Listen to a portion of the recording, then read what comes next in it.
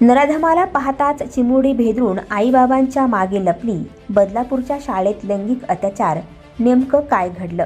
बदलापूरमध्ये पुन्हा एकदा शाळेतील लहान मुलीवर लैंगिक अत्याचार झाल्याचा संतापजनक प्रकार उघडकीस आला आहे. एका 4 वर्षाच्या मुलीसोबत शाळेच्या बसमध्ये हे कृत्य घडले. बदलापूर पश्चिमेला असणाऱ्या नामांकित खाजगी शाळेत हा प्रकार घडला आहे. या प्रकरणी पोलिसांनी आरोपी वाहन चालकाला ताब्यात घेतले असून त्याच्यावर गुन्हा दाखल करण्यात आला आहे. मात्र या घटनेमुळे बदलापूरमध्ये पुन्हा एकदा संतापाची लाट उसळली आहे. विशेष म्हणजे मुलीचे पालक सुरुवातीला शाळेत गेले तेव्हा मुख्याध्यापिकेने बस चालकाची बाजू घेतली. यापूर्वीही बदलापूरमध्ये झालेल्या लैंगिक अत्याचार प्रकरणावर शाळा प्रशासनाने पडदा टाकण्याचा प्रयत्न केला होता. तसाच प्रकार यावेळीही घडला.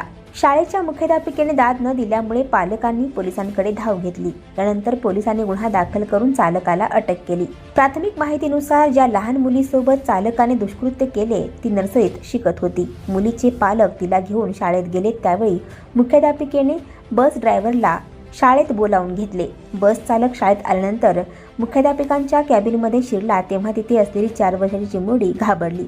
ती आपल्या पालकांच्या पाठीमागे लपली. यावरून पालकांना मुलीच्या मनस्थितीचा अंदाज आला आणि त्यांनी तातडीने पोलीस ठाणे गाठले. या प्रकरणात राज्य सरकारने निर्देश देऊनही बसमध्ये महिला अटेंडंट नसल्याचा प्रकार समोर आला. त्यामुळे आता बस चालकासह शाळेवरही कठोर कारवाई करण्याची मागणी होत आहे. बदलापूर पश्चिमेकडील एका खाजगी शाळेत 4 वर्षाची चिमुकली शिकत होती.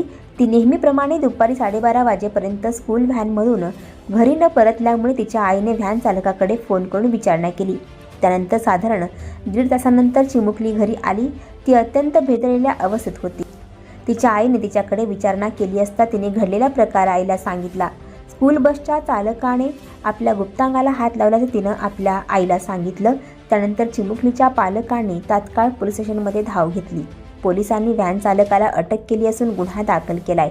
दरम्यान हा प्रकार समजताच राष्ट्रवादी अजित पवार पक्षाच्या महिला कार्यकर्त्यांनी बदलापूर पश्चिमेकडील पोलीस स्टेशनमध्ये धाव घेतली. तसंच राष्ट्रवादीच्या संगीता चेंदवनकर यांनी स्कूल व्हॅनवर दगड भिरकावला.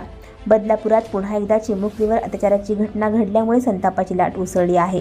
बदलापूर अत्याचार प्रकरणात तपास करण्यासाठी फॉरेन्सिक टीम आली होती.